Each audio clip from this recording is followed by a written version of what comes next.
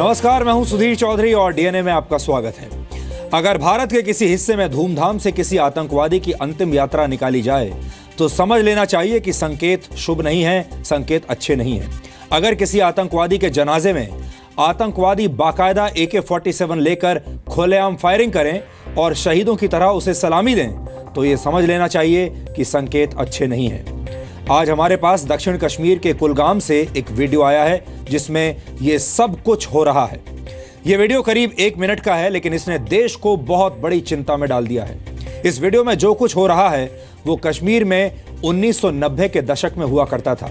ऐसे में सवाल यह है कि क्या कश्मीर 90 के दशक में वापस जा रहा है, और अगर ऐसा है तो फिर भारत का पूरा सिस्टम क्या कर रहा है। हमें पाकिस्तान के लिए काम करने वाले इन आतंकवादियों से आजादी कब मिलेगी, कैसे मिलेगी। बात पाकिस्तान की चल रही है तो आपको यह भी बता दें कि आज पाकिस्तान के लिए ईरान से एक बहुत बुरी खबर आई है। ईरान के सेना प्रमुख ने आज इस्लामाबाद को चेतावनी देते हुए कहा है कि अगर पाकिस्तान ने सीमा पार से हमला करने वाले अपने आतंकवादियों को नहीं रोका तो वो पाकिस्तान के अंदर घुसकर उनके ठिकानों पर हमला करेंगे। यानी ईरान खुलेआम सर्जिकल स्ट्राइक करने की बात कह रहा है। आज सवाल यह है कि ईरान जैसी इच्छा शक्ति और आत्मबल भारत के अंदर कब आएगा। यहां हम सेना पर सवाल नहीं उठा रहे, हम उस सिस्टम पर सवाल उठा रहे हैं जिसके नियंत्रण में भारतीय सेना काम करती है। और इसके बाद हम फ्रांस के नए राष्ट्रपति का एक made in India DNA test करेंगे। इमैनुअल मैक्रों फ्रांस में राष्ट्रपति चुनाव जीत गए हैं और इस जीत की चर्चा पूरी दुनिया में हो रही है। ले पेन की हार के साथ अब की बार फ्रांस में उदारवादी सरकार आई है और दुनिया भर में राष्ट्रवाद की जो लहर आप सबको देखने को मिल रही थी वो फ्रांस में आकर थोड़ी शांत हो गई है। फ्रांस ने सिर्फ 39 साल के मैक्रों पर भरोसा किया है। इस भरोसे के क्या मायने हैं और दुनिया की राजनीति पर इसका क्या असर पड़ेगा, ये आज आप सबको जानना चाहिए।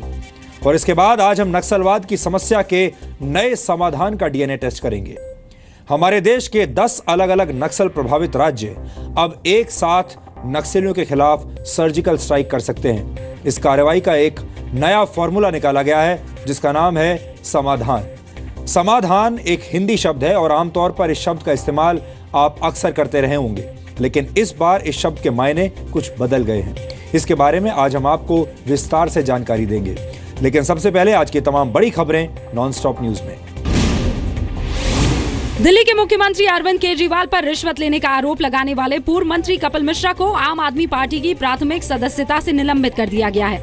आम आदमी पार्टी की पीएसी में यह फैसला लिया गया। इससे पहले कपिल मिश्रा ने आज फिर अरविंद केजरीवाल पर भ्रष्टाचार के आरोप लगाए और कहा कि उनके साढ़ू के लिए दिल्ली सरकार के मंत्री सत्येंद्र जैन ने 50 करोड़ की जमीन का सौदा करवाया था। कपिल ने यह भी कहा कि पंजाब विधानसभा और दिल्ली के नगर निगम चुनाव में पैसे का खूब खेल हुआ है। पंजाब में चुनाव प्रचार के दौरान फंडिंग की किस प्रकार से गड़बड़ हुई, पंजाब में किस प्रकार से टिकटों के लिए पैसों का लेन देन किया गया, फार्म हाउस में दारू, पैसे और लड़की के धंधे किए गए। आम आदमी पार्टी ने कपिल मिश्रा के आरोपों को खारिज किया है। तो चिता में आग लगाई गई जिसकी आज सुबह उस व्यक्ति की चिता में आग लगने के 2 घंटे के बाद कपिल मिश्रा उनके बारे में अनाप शनाप आरोप लगा रहे हैं, उनके बारे में उलझुल बोल रहे हैं। थोड़ी सी तो इंसानियत रखें, थोड़ी सी शर्म करें इस बात को। 2 करोड़ रिश्वत लेने के आरोप पर अरविंद केजरीवाल अब तक चुप है। आज सुबह जी न्यूज ने कपिल मिश्रा के आरोपों को लेकर अरविंद केजरीवाल से सवाल पूछा तो वो कुछ नहीं बोले। दिल्ली सरकार के मंत्री सत्येंद्र जैन ने कपिल मिश्रा के आरोपों को बेबुनियाद बताया, जबकि केजरीवाल की पार्टी ने कपिल मिश्रा पर बीजेपी के लिए काम करने का आरोप लगाया।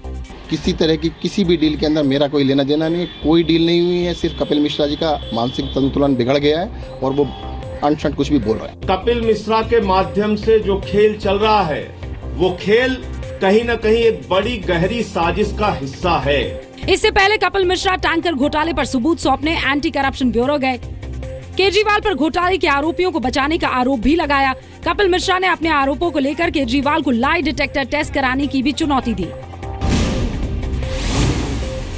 अरविंद केजरीवाल पर उनकी ही सरकार के एक और पूर्व मंत्री असीम अहमद खान ने भी गंभीर आरोप लगाए हैं। असीम के मुताबिक केजरीवाल अपना केबल नेटवर्क शुरू करना चाहते थे, जिसके जरिए वो उन न्यूज चैनल्स को ब्लैकआउट कर सके जो उनकी कमियां दिखाते हैं, उनके खिलाफ खबर दिखाते हैं। असीम अहमद के मुताबिक केजरीवाल ने इसके लिए उनसे 5 करोड़ रुपए मांगे थे, लेकिन रकम नहीं देने पर उन्हें कैबिनेट से बर्खास्त कर दिया गया। असीम ने ये भी दावा किया कि उनके पास पैसे मांगने के सबूत हैं और वो उसे एंटी करप्शन ब्यूरो को सौंपेंगे। मुझे बताया गया था कि मीडिया से हमारा संपर्क अच्छा नहीं चल रहा है, मीडिया से झगड़ा चल रहा है और हमें मीडिया को कंट्रोल करने के लिए 25 करोड़ रुपए की ज़रूरत है, जिससे हम एक दिल्ली का एक बड़ा केबल नेटवर्क खरीद रहे हैं, उसके 75% शेयर खरीद रहे हैं 25 करोड़ रुपए के। तो 25 करोड़ रुपए में से 5 करोड़ रुपए आपको देने हैं। असीम अहमद खान को केजरीवाल ने भ्रष्टाचार के आरोप में अक्टूबर 2015 में कैबिनेट से निकाला था। असीम अहमद के आरोपों पर आम आदमी पार्टी की तरफ से कोई जवाब अभी तक नहीं आया है। जम्मू कश्मीर पुलिस को पुख्ता सबूत मिले हैं कि स्कूली बच्चों को पैसे देकर सुरक्षा बलों पर पथराव के लिए भड़काया जा रहा है। हंदवाड़ा में पुलिस ने कुछ लोगों को गिरफ्तार किया है, जिन्होंने स्कूली बच्चों को पैसे देकर प्रदर्शन करने और सुरक्षा बलों पर पत्थर फेंकने के लिए उकसाया था।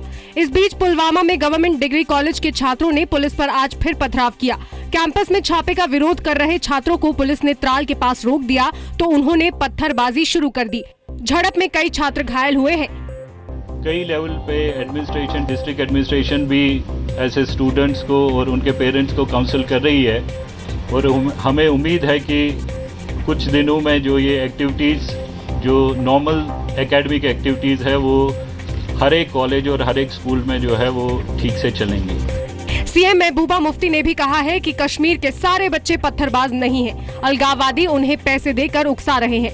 कुछ ऐसे हैं कि जो पत्थर मारते हैं, पर सारे कश्मीर के जवान पत्थर नहीं मारते हैं। कश्मीर में सुरक्षा बलों के साथ झड़प में बीते दिनों में 50 से ज्यादा बच्चे घायल हो चुके हैं। केंद्र सरकार नक्सलियों के खिलाफ अपने अभियान को आक्रामक करेगी। गृह मंत्री राजनाथ सिंह ने नक्सल प्रभावित 10 राज्यों के मुख्यमंत्रियों की बैठक में आज 8 पॉइंट का समाधान प्लान पेश किया और राज्यों से इसे साझा लक्ष्य के तौर पर लागू करने की अपील की। स्ट्रेटेजिक कमांड के साथ ऑपरेशनल और टैक्टिकल लेवल पर भी यूनिफाइड कमांड नितांत आवश्यक है। उतना ही महत्वपूर्ण इंटेलिजेंस शेयरिंग भी है। समाधान प्लान में राज्यों से खुफिया तालमेल बढ़ाने और हाईटेक संसाधनों के इस्तेमाल के लिए कहा गया है। नक्सलियों की फंडिंग काटने की कोशिशें तेज होंगी। ऑपरेशंस में यूएवी का इस्तेमाल भी करने को कहा गया है। गृह सचिव राजीव महर्षि ने साफ किया कि नक्सल प्रभावित इलाकों में सेना नहीं भेजी जाएगी। And there is no question at all of involving the army in this operation. नक्सलवाद से देश के 10 राज्यों के 68 जिले प्रभावित हैं। हालांकि बैठक में 4 राज्यों के मुख्यमंत्री नहीं आ सके। सुप्रीम कोर्ट ने चारा घोटाले में सीबीआई को आरजेडी अध्यक्ष लालू यादव के खिलाफ आपराधिक साजिश का मुकदमा चलाने की इजाजत दे दी है। कोर्ट ने 9 महीनों में सुनवाई पूरी करने का भी आदेश दिया है। सुप्रीम कोर्ट ने ये भी तय कर दिया कि 950 करोड़ के चारा घोटाले से जुड़े अलग अलग मामले चलते रहेंगे। इस मामले में लालू यादव समेत 45 अन्य नेताओं पर केस चलेगा। लालू जी का एक केस में कंस्पिरेसी और पीसीएफ कॉस्ट हुआ था 64 में, वो चलेगा, बाकी तो केस चल ही रहा है उन पर। सुप्रीम कोर्ट के फैसले के बाद लालू विरोधियों के निशाने पर हैं। बीजेपी ने बिहार के सीएम नीतीश कुमार की चुप्पी पर भी हैरानी जताई है। नीतीश कुमार को ये चिंता करनी चाहिए कि उनकी पार्टी भी चारा घोटाले के खिलाफ लड़ाई में शामिल थी।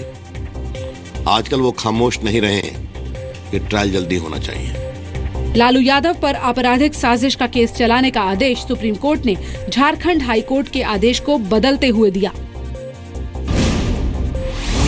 दिल्ली के पटियाला हाउस कोर्ट ने आय से ज्यादा संपत्ति मामले में हिमाचल प्रदेश के सीएम वीरभद्र सिंह और उनकी पत्नी को समन भेजा है। वीरभद्र सिंह पर 10 करोड़ रुपए की संपत्ति जुटाने का आरोप है। सीबीआई ने वीरभद्र सिंह और उनकी पत्नी प्रतिभा सिंह समेत कुल 9 लोगों के खिलाफ चार्जशीट दाखिल की थी। मामले में आरोपी सभी 9 लोगों को 22 मई को पटियाला हाउस कोर्ट में पेश होना होगा। सीबीआई ने इस मामले में इसी साल 31 मार्च को 500 पेज की चार्जशीट दायर की थी, जिसमें दावा किया गया कि वीरभद्र सिंह ने केंद्रीय मंत्री रहते हुए करीब 10 करोड़ रुपए की संपत्ति जुटाई, जो उनकी कुल आय से करीब 192% ज्यादा थी। वीरभद्र सिंह 2009 से 2012 तक केंद्र सरकार में मंत्री रहे थे। जमीन आवंटन मामले में हरियाणा के पूर्व मुख्यमंत्री भूपेंद्र सिंह हुड्डा से सीबीआई ने आज करीब 7 घंटे पूछताछ की। हुड्डा को दिल्ली के सीबीआई हेडक्वार्टर बुलाया गया। आरोप है कि नियमों को ताक पर रखकर हुड्डा ने हरियाणा के पंचकुला में 14 इंडस्ट्रियल प्लॉट्स का आवंटन किया। भूपेंद्र सिंह हुड्डा तो छाती पे हाथ मार मार के कहा करते थे कि हमारी सीबीआई से जांच करवा लो, तो उनको इसका स्वागत करना चाहिए और सीबीआई का धन्यवाद करना चाहिए। इस मामले में कुछ दिनों पहले हुडा के तत्कालीन मुख्य सचिव छतर सिंह से भी सीबीआई ने पूछताछ की थी। ग्रेटर नोएडा वेस्ट के सुपरटेक इको विलेज 1 के एक फ्लैट में टूटकर गिरे छत के हिस्से को अब तक बिल्डर ने ठीक नहीं कराया है। सुपरटेक इस पर बयान देने से भी बच रहा है। सोसाइटी के लोगों ने हादसे की शिकायत बिल्डर से की थी, लेकिन अब तक बिल्डर ने मरम्मत का काम भी नहीं कराया है। हादसे के बाद सोसाइटी के लोग खौफजदा हैं। सुपरटेक इको विलेज 1 के टावर A1 के फ्लैट नंबर 1217 में रहने वाले विकेंद्र सिंह जब सो रहे थे, तभी उनके बिस्तर पर छत का बड़ा हिस्सा टूटकर गिर गया। हालांकि इस हादसे में उन्हें कोई चोट नहीं आई। दिल्ली मेट्रो का सफर महंगा हो जाएगा। मेट्रो 2 चरणों में अपना किराया बढ़ाएगी। पहला चरण बुधवार यानी 10 मई से लागू होगा, जबकि दूसरा चरण 1 अक्टूबर से लागू होगा। पहले चरण यानी बुधवार से न्यूनतम किराया 10 रुपए होगा, जबकि अधिकतम किराया 50 रुपए। दूसरे चरण 1 अक्टूबर से भी न्यूनतम किराया 10 रुपए ही होगा, जबकि अधिकतम किराया 60 रुपए हो जाएगा। रविवार और राष्ट्रीय छुट्टियों के दिन अधिकतम किराया 40 रुपए ही होगा। ऑफ पीक आवर्स यानी सुबह, दोपहर और देर रात में स्मार्ट कार्ड से यात्रा करने पर 10% अतिरिक्त छूट मिलेगी। फिलहाल मेट्रो का न्यूनतम किराया 8 रुपए जबकि अधिकतम किराया 30 रुपए है। इससे पहले मेट्रो ने आखिरी बार 2009 में किराया बढ़ाया था। स्टेट बैंक ऑफ इंडिया ने अपना होम लोन और सस्ता कर दिया है। 30 लाख रुपए तक के लोन पर 25 बेसिस पॉइंट की कमी की गई है। नई दरों के मुताबिक 30 लाख तक का होम लोन महिलाओं को 8.35 और बाकी लोगों को 8.40% पर मिलेगा। यानी 20 लाख रुपए का होम लोन 20 साल के लिए लिया गया है, तो अब पहले के मुकाबले सालाना 3,792 रुपए की बचत होगी, जबकि 30 लाख रुपए का लोन लेने वाले को सालाना 5,688 रुपए का फायदा होगा। 30 लाख रुपए से ऊपर के होम लोन पर एसबीआई ने ब्याज दरों में 0.10% की कटौती की है, लेकिन ये ऑफर सीमित समय के लिए है। आप सस्ते होम लोन का फायदा 9 मई से 31 जुलाई तक उठा सकते हैं। एसबीआई का कहना है कि जो ग्राहक प्रधानमंत्री आवास योजना के तहत हकदार हैं, उन्हें अतिरिक्त सब्सिडी मिलेगी। नई कटौती के साथ एसबीआई का होम लोन सबसे सस्ता हो गया है। चैंपियंस ट्रॉफी के लिए टीम इंडिया का ऐलान हो गया है। विराट कोहली की कप्तानी में कुल 15 प्लेयर्स होंगे। शिखर धवन, रोहित शर्मा, अजिंक्य रहाणे, महेंद्र सिंह धोनी, युवराज सिंह, केदार जाधव, हार्दिक पांड्या, आर अश्विन, रविंद्र जडेजा, मोहम्मद शमी, उमेश यादव, भुवनेश्वर कुमार, जसप्रीत बुमराह और मनीष पांडे को शामिल किया गया है। गौतम गंभीर और सुरेश रैना को टीम में जगह नहीं मिली है। If you look at it, the balance side, the experience side, I think we picked the best team. Champions trophy की शुरुआत 1 जून से इंग्लैंड में होगी। टीम इंडिया का पहला मैच 4 जून को पाकिस्तान से होगा।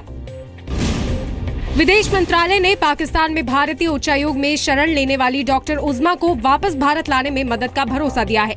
20 साल की उज़्मा ने आरोप लगाया कि पाकिस्तान में उसके दोस्त ताहिर ने गन पॉइंट पर उसके साथ जबरन निकाह किया। उज़्मा 5 मई से इस्लामाबाद में भारतीय उच्चायोग में है और वो तब तक वहाँ रहना चाहती हैं जब तक उनकी भारत वापसी नहीं हो जाती। घर पे जाने के बाद बहुत ज़्यादा मेंटली, फिजिकली एंड सेक्सुअली बहुत ज़्यादा टॉर्चर किया है। गन पॉइंट पर निकाह कराया, बहुत मुश्किल से उसको लालच देकर मैं यहाँ हाई कमीशन तक पहुँची हूँ। उज़्मा की ताहिर से मलेशिया में दोस्ती हुई। ताहिर के बुलाने पर वो पाकिस्तान गई। इस्लामाबाद में मजिस्ट्रेट के सामने उसने बयान दिया कि 3 मई को बंदूक की नोक पर ताहिर ने उससे निकाह किया, जबकि ताहिर ने FIR दर्ज कराई है कि भारत के वीजा के लिए जब वो आवेदन देने गया तो भारतीय उच्चायोग ने उसकी पत्नी को वहीं रोक लिया।